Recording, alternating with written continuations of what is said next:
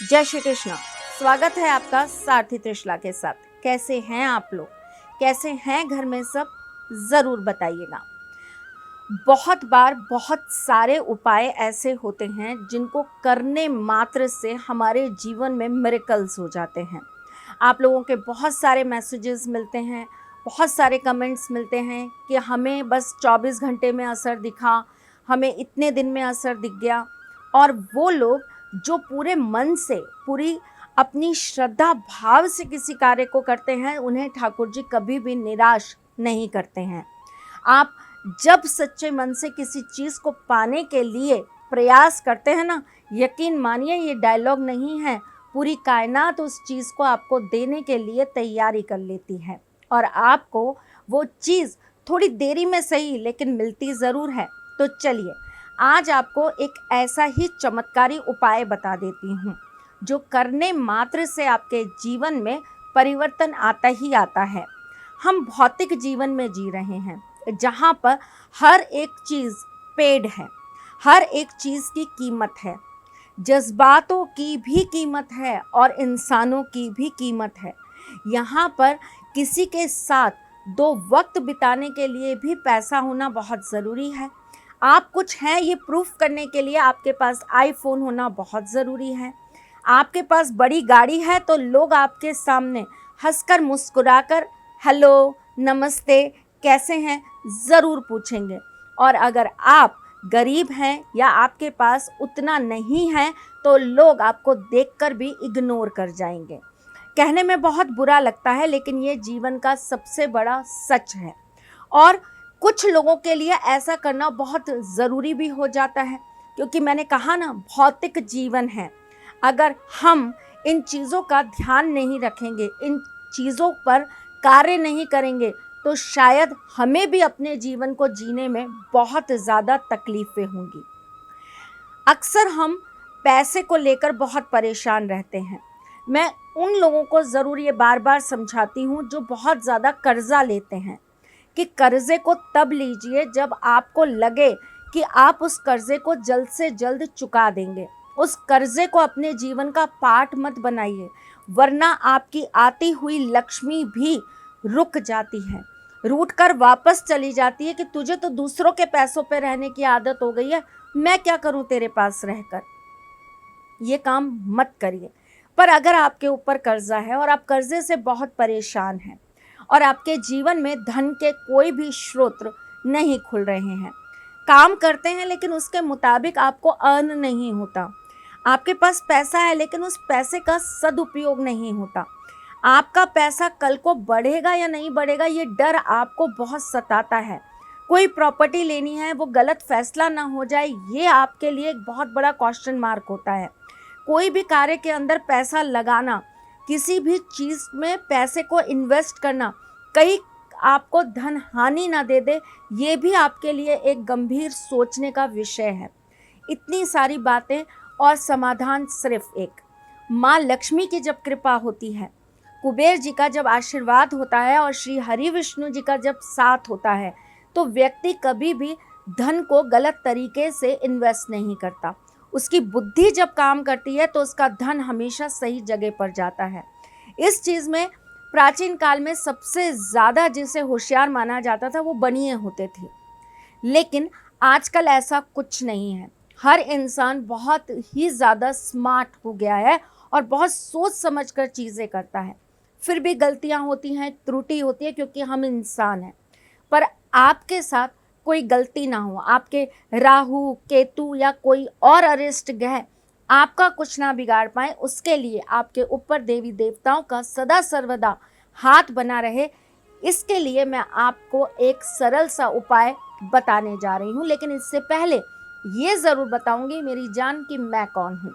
मैं आपके एस्ट्रोलॉजर हूँ, वास्तु शास्त्री हूँ, चेहरा भी पढ़ती हूँ, आवाज़ भी पढ़ती हूँ और हाथों की लकीरें भी पढ़ लेती हूँ। मेरे उपायों को थोड़ा सा गौर से, गंभीरता से समझा करिए, शांत माहौल में बैठा करिए, कान में लीड लगाया करिए, कॉपी पेन लिया कीजिए और उस पर लिखा कीजिए।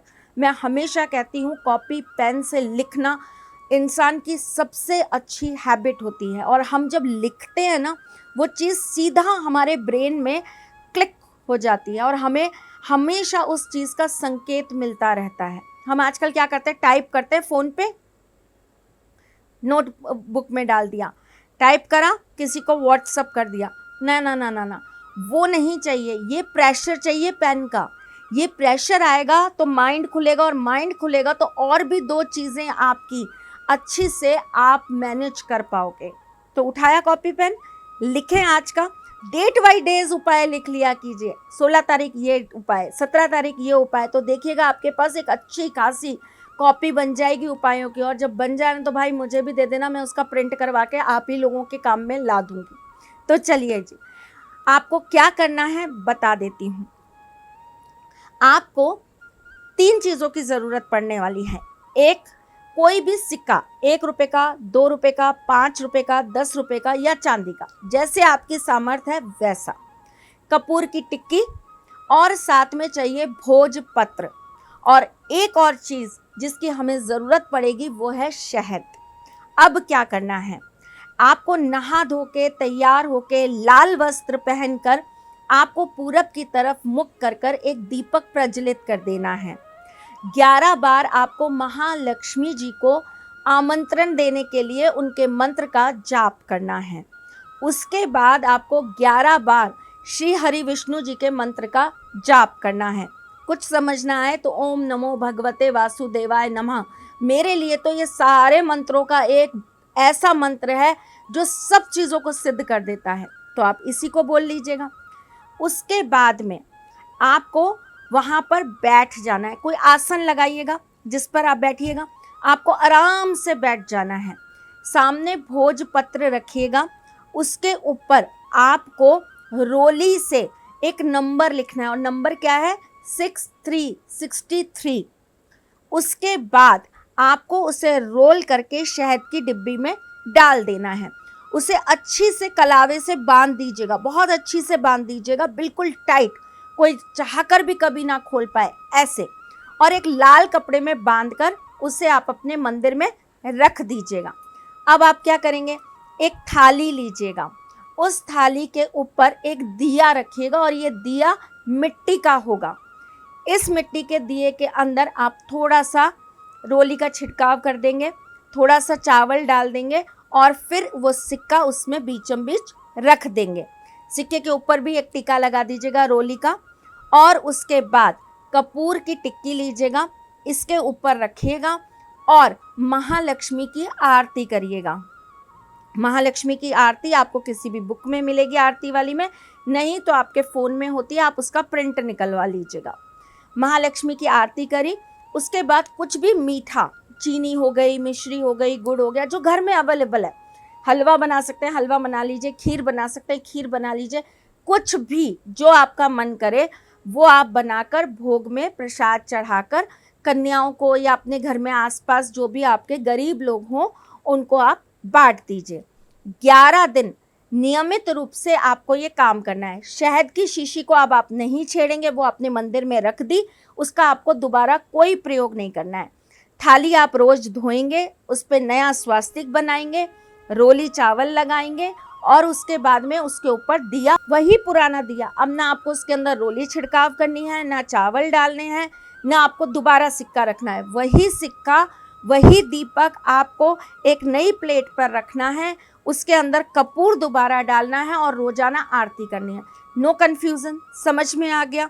दीपक वही रहेगा, धुलेगा नहीं, साफ नहीं होगा। जो पुरानी बत्ती उसमें बची होगी वो निकाल कर आप बाहर डाल देंगे, और बाद में एक साथ एकत्रित करके आप उसको जलाकर किसी पौधे के जड़ में डालेंगे।